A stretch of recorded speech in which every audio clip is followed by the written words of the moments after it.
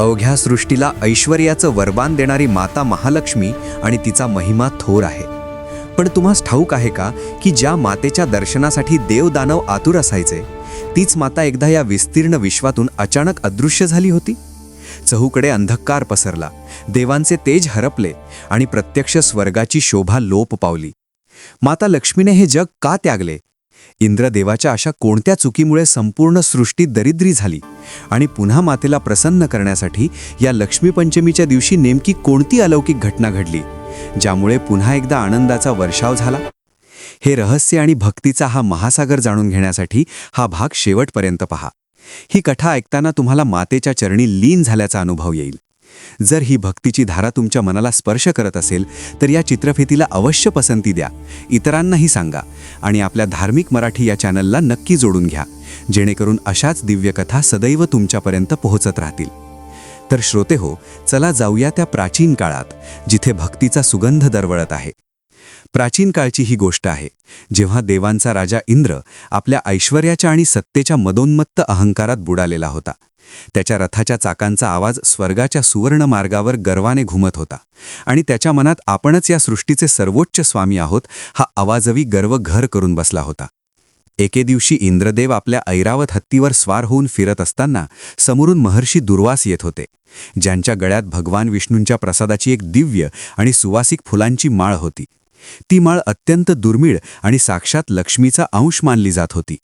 महर्षींनी मोठ्या प्रेमाने आणि आदराने ती माळ इंद्राला प्रसाद म्हणून दिली. पण गर्वाने अंध झालेल्या इंद्राने त्या माळेचे महत्त्व ओळखले नाही आणि ती माळ आपल्या हत्तीच्या गंडस्थळावर टाकली. त्या हत्तीने आपल्या सोंडेले ती माळ खाली खेचली आणि पायाखाली तुडवली. हे दृश्य पाहून महर्षी दुर्वासांचा क्रोध अनावर झाला.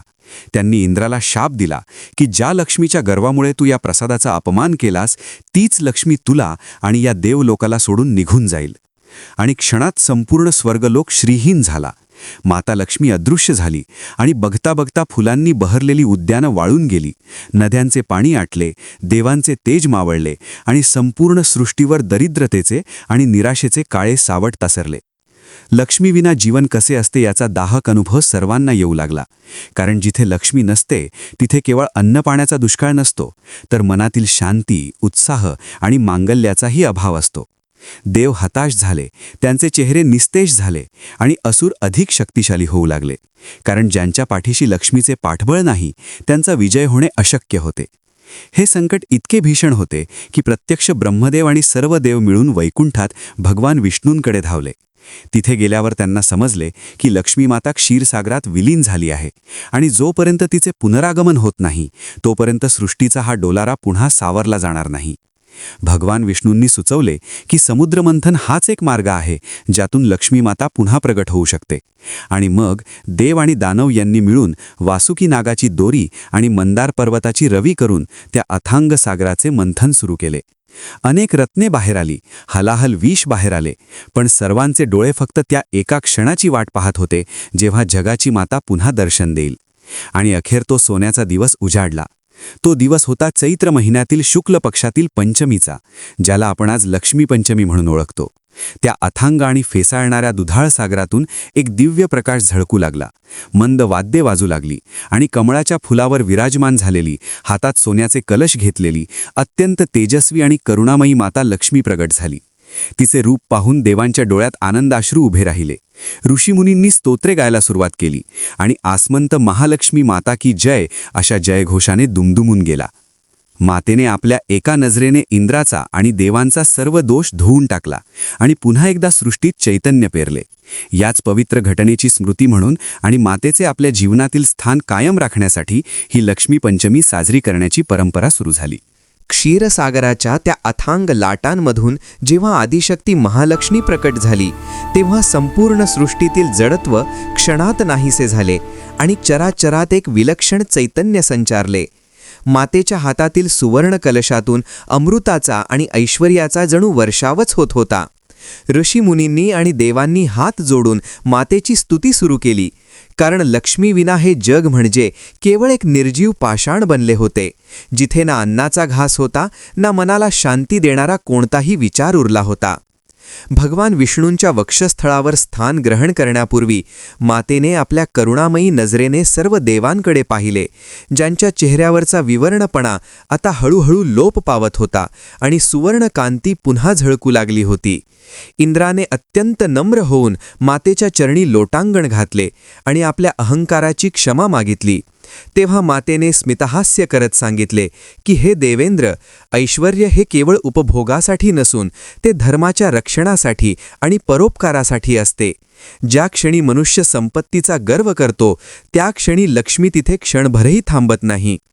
मातेचे हे बोल ऐकून केवळ देवच नव्हे तर पाताळातून आलेले असुरही थक्क झाले, कारण त्यांना वाटले होते की लक्ष्मी माता केवळ शक्ती देईल, पण मातेने तर जीवनाचा सर्वात मोठा धडा दिला होता की विनय आणि शुद्ध आचरण जिथे असते तिथेच लक्ष्मीचा अखंड वास राहतो. समुद्र मंथनातून बाहेर पडलेली ही चैत्र शुद्ध पंचमीची तिथी म्हणूनच अत्यंत शुभ मानली गेली, कारण या दिवशी प्रत्यक्ष जगदंबेने पुनर्जन्म घेतल्यासारखे दर्शन दिले होते आणि संपूर्ण ब्रह्मांड पुन्हा एकदा धनधान्याने समृद्ध झाले होते. या अद्भुत घटनेनंतर स्वर्गातील पारिजातकाच्या फुलांचा वर्षाव झाला, गंधर्वांनी मंगल गायन केले आणि अप्सरांनी नृत्याद्वारे आनंद साजरा केला, कारण आता जगाला आपली पालनकर्ती माता पुन्हा प्राप्त झाली होती. महालक्ष्मीने जेव्हा भगवान विष्णूंच्या गळ्यात वरमाला घातली तेव्हा तो सोहळा पाहण्यासाठी प्रत्यक्ष शिवशंभू कैलासावरून आले आणि त्यांनीही मातेच्या या रूपाचे कौतुक केले, कारण लक्ष्मी ही केवळ धनाचा साठा नसून ती बुद्धी, धैर्य, विजय आणि अन्नाची देवता आहे हे सिद्ध झाले होते.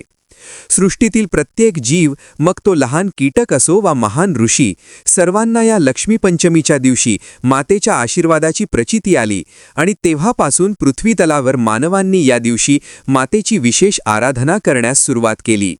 मंदिरांमध्ये शंखनाद झाला, घराघरातून सुवासिक धूप आणि दीपांचा प्रकाश पसरला आणि प्रत्येकाच्या मनात हीच भावना जागी झाली की आपल्याकडे जे काही आहे ते मातेचीच कृपा आहे आणि ती टिकवून ठेवण्यासाठी मनाचा मोठेपणा राखणे आवश्यक आहे. या दिवशी मातेने समुद्रामधून बाहेर येताना आपल्यासोबत अष्टलक्ष्मींचे रूपही प्रकट केले होते, ज्यामुळे जीवनाच्या प्रत्येक अंगात समृद्धी येणे शक्य झाले. मग ते धान्य असो, संतान असो वा विजय असो, सर्व काही मातेच्या एका कटाक्षाने प्राप्त होऊ लागले.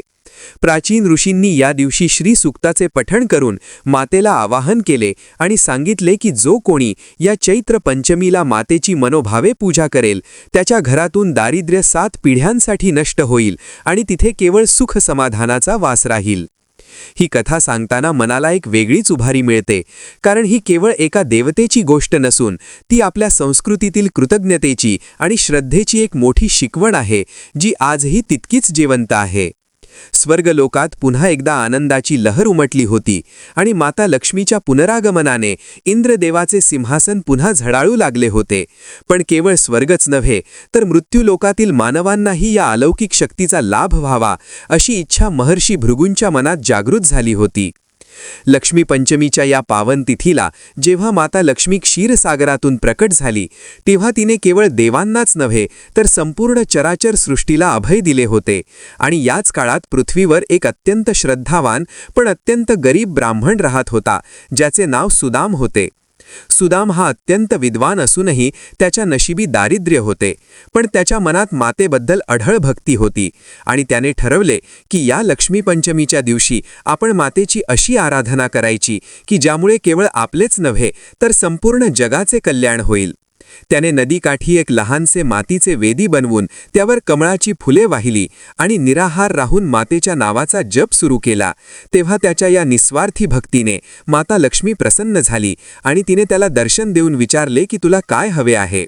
सुदामने स्वतःसाठी काहीही न मागता असे मागितले की हे माते, जो कोणी या चैत्र शुद्ध पंचमीला तुझी भक्ती करेल त्याच्या घरातून कधीही अन्नाची कमतरता भासू नये आणि मनातील अज्ञान दूर व्हावे. मातेने स्मितहास्य करून तथास्तु म्हटले आणि तेव्हापासून मानवी लोकात लक्ष्मी पंचमीचे व्रत अत्यंत श्रद्धेने केले जाऊ लागले, कारण या दिवशी माता पृथ्वीच्या अतिशय जवळ असते आणि भक्तांच्या हाकेला ओ देते. त्या ब्राह्मणाच्या झोपडीचे रूपांतर एका सुंदर वाड्यात झाले आणि त्याच्या अंगणात सोन्याचा पाऊस पडला असे म्हणतात. पण त्याहून महत्त्वाचे म्हणजे त्याच्या मनात जे समाधान आले ते पाहून संपूर्ण गाव थक्क झाले होते. गावकऱ्यांनी जेव्हा पाहिले की केवळ श्रद्धेच्या बळावर आणि शुद्ध आचरणाने माता प्रसन्न होते, तेव्हा प्रत्येकाने आपापल्या परीने मातेची सेवा करण्यास सुरुवात केली आणि पाहता पाहता त्या परिसरातील दुःख आणि दैन्य कायमचे निघून गेले.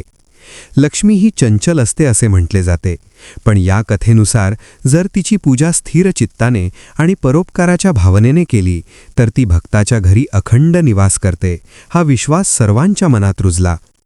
या दिवशी घराची स्वच्छता करणे, उंबरठ्यावर रांगोळी काढणे आणि सायंकाळी तुपाचा दिवा लावून मातेचे स्वागत करणे ही पद्धत रूढ झाली. कारण माता लक्ष्मीला अंधार आणि अस्वच्छता अजिबात आवडत नाही. तिचे रूप इतके मनमोहक आहे की तिने आपल्या हातात घेतलेले कमळ हे चिखलात असूनही अलिप्त राहण्याचे प्रतीक आहे आणि मानवानेही संसारात राहून मायेच्या चिखलात न अडकता ईश्वराची भक्ती करावी असा संदेश ती देते.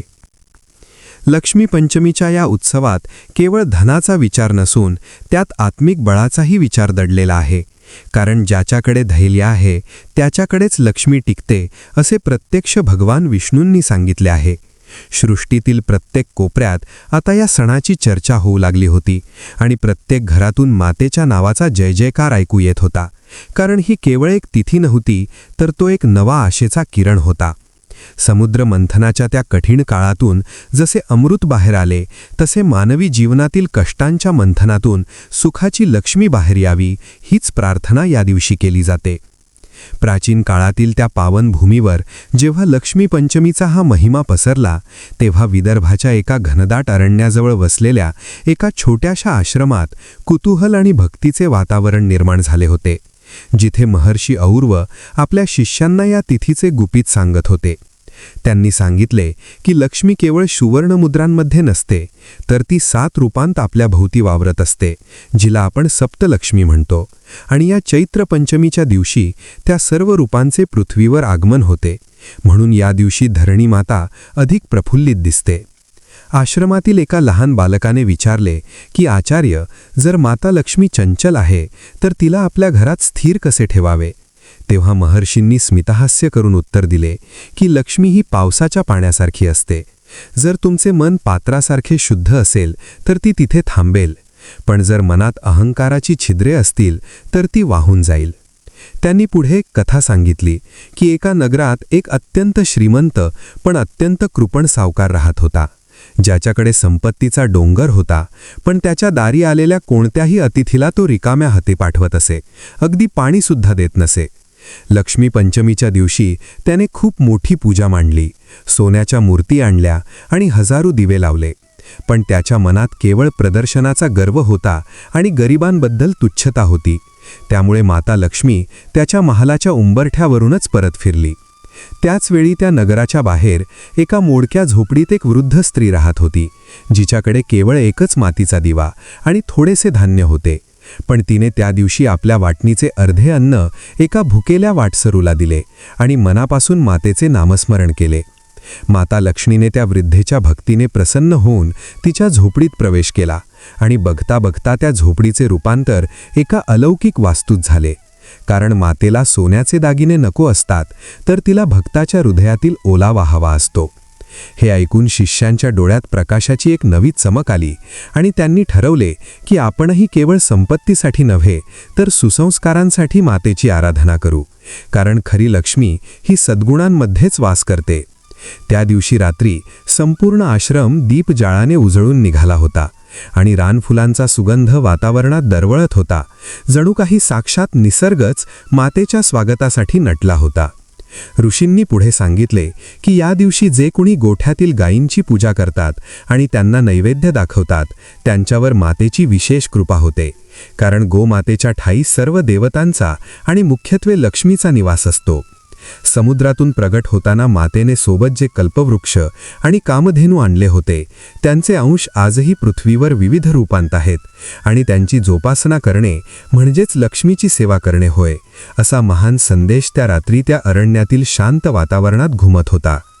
पंचमीच्या त्या चंद्रप्रकाशात नाहून निघालेली ती रात्र सर्वांना एक नवी दिशा देऊन गेली की धन हे साधन आहे, साध्य नव्हे, आणि जीवनाचा खरा आनंद हा दुसऱ्याला देण्यातच दडलेला आहे. हेच लक्ष्मी पंचमीचे खरे आध्यात्मिक सार आहे. प्राचीन काळातील त्या पावन रात्री जेव्हा ऋषींनी लक्ष्मीचे मर्म उलगडून सांगितले तेव्हा आकाशगंगेतील नक्षत्रही जणू मातेच्या स्वागतासाठी अधिक तेजस्वीपणे चमकू लागले आणि त्या शांत अरण्यात एक अलौकिक सुगंध दरवळू लागला. महर्षी और्व यांनी आपल्या शिष्यांना पुढे सांगितले की ही लक्ष्मी पंचमी केवळ धनप्राप्तीचा दिवस नसून ती श्री तत्वाच्या उपासनेची पर्वणी आहे. कारण श्री म्हणजे केवळ पैसा नव्हे, तर श्री म्हणजे शोभा, श्री म्हणजे कांती आणि श्री म्हणजे बुद्धीचा प्रकाश होय. त्या काळी एका विस्तीर्ण राज्याचा राजा धर्मसेन हा अतिशय न्यायप्रिय होता. पण त्याच्या राज्यात अचानक पावसाने पाठ फिरवली आणि सलग 3 वर्षे दुष्काळ पडल्याने प्रजेचे हाल होऊ लागले. धान्य कोठारे रिकामी झाली आणि सुवर्ण मुद्रा असूनही अन्नाचा कण मिळेनासा झाला. राजाने विचार केला की माझ्याकडे एवढे धन असूनही जर माझी प्रजा भुकेली राहत असेल तर या संपत्तीचा काय उपयोग. आणि त्याने लक्ष्मी पंचमीच्या दिवशी राजवाड्याचे दरवाजे उघडून आपले सर्व वैयक्तिक धन प्रजेसाठी अर्पण केले. त्याने स्वतः साधे वस्त्र परिधान केले आणि नगराच्या मध्यभागी असलेल्या पुरातन महालक्ष्मी मंदिरात जाऊन अनवाणी पायाने मातेची आराधना सुरू केली. त्याने प्रार्थना केली की हे माते, जर माझ्या हातून काही अपराध झाला असेल तर मला दंड दे, पण माझ्या प्रजेला या दारिद्र्यातून मुक्त कर. राजाचा हा निस्वार्थी त्याग पाहून माता लक्ष्मी अत्यंत प्रसन्न झाली आणि पंचमीच्या त्या माध्यान्हीला अचानक आकाशात ढग दाटून आले. ढगांचा गडगडाट झाला आणि अमृतासारखा पाऊस पडू लागला, ज्याने करपलेली शेते पुन्हा हिरवीगार झाली. मातेने राजाला स्वप्नात दृष्टांत दिला की राजा, तू धनाचा मोह सोडून प्रजेचा विचार केलास, म्हणून मी तुझ्या राज्यात अखंड निवास करेन. कारण जो दुसऱ्याचे अश्रू पुसतो त्याच्या घरी मी स्वतःहून चालत येते. या घटनेनंतर संपूर्ण आर्यावर्तात लक्ष्मी पंचमीचे महत्त्व अधिकच वाढले आणि लोकांनी समजून घेतले की साठवून ठेवलेले धन हे मृतवत असते, पण जे धन दानासाठी वापरले जाते तेच सजीव लक्ष्मी मानली जाते.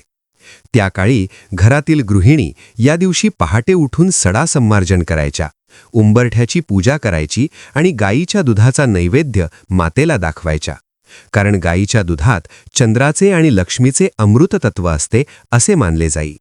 मंदिरातून शंखाचा गंभीर नाद घुमत असे आणि लोक एकमेकांना गुळाचा प्रसाद देऊन गोड बोलण्याची शपथ घेत असत.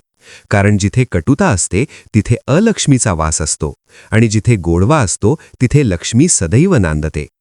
लक्ष्मी पंचमीच्या या दिवशी व्यापाऱ्यांनी आपल्या जुन्या वह्यांची पूजा करून नवीन संकल्प करायचे, पण त्यातही एक अट असे की नफ्यातील काही हिस्सा हा विहिरी खोदण्यासाठी किंवा धर्मशाळा बांधण्यासाठी राखून ठेवायचा.